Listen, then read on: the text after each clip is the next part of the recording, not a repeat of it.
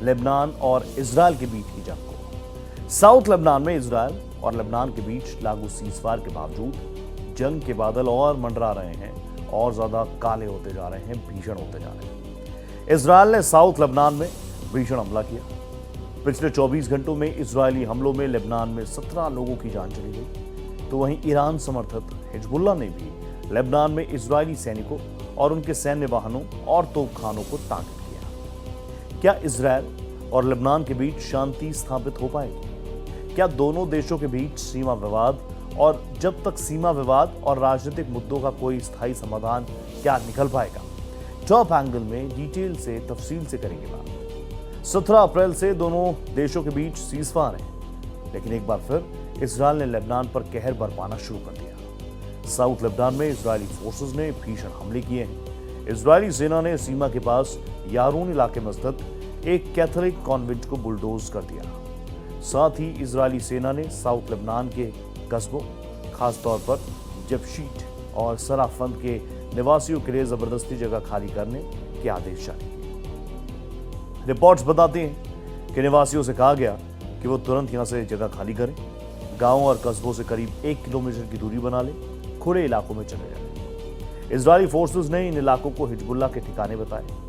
एक रिपोर्ट के मुताबिक पिछले 24 घंटों में इजरायली हमलों में लेबनान में 17 लोगों की जान चली गई। इसे सीजफायर के दौरान किए गए हमलों में सबसे घातक, सबसे भीषण हमलों में से एक करार दिया गया। 17 लोगों की जान गई। लेबनान सरकार की तरफ से मिली जानकारी के अनुसार अब तक मारे गए लोगों की संख्या 110 हो चुकी है। इजरायल का कहना है कि इस दौरान उनके 17 सैनिक भी मारे गए। इजरायल ने आरोप लगाए कि हिजबुल्लाह ने सैकड़ों रॉकेट्स और ड्रोन दागे। दोनों पक्ष ने एक दूसरे पर सीजफायर के उल्लंघन का आरोप लगाया, इसलिए युद्ध रोके जाने के सारे प्रयास सफल होते नजर नहीं आते हैं।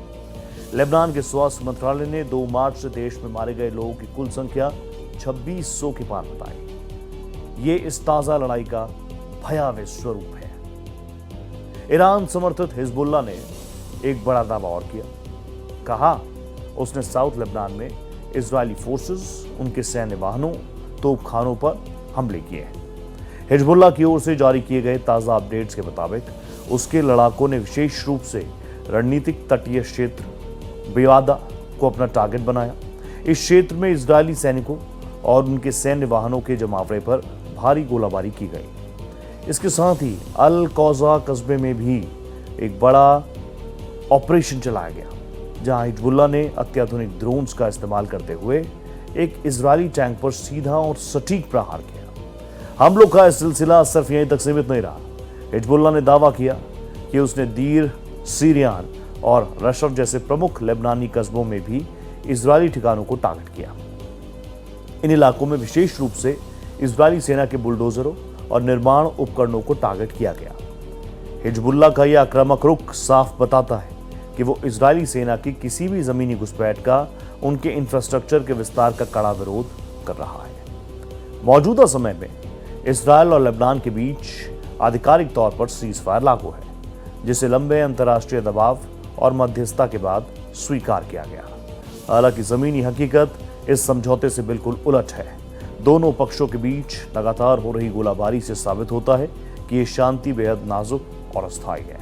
जब तक सीमा विवाद और राजनीतिक मुद्दों का कोई स्थायी हल नहीं निकलता, तब तक साउथ लेबनान में शांति स्थापित होना नामुमकिन सा लग रहा है। लेकिन आने वाले दिनों में आप समझ रहे हैं, एक तरफ इजरायल है, एक तरफ लेबनान है, और ऐसे में यहाँ से अगर ये अग्रेशन बढ़ता है तो ये भी दुनिया के लिए गुड न्यूज़ नहीं होगी।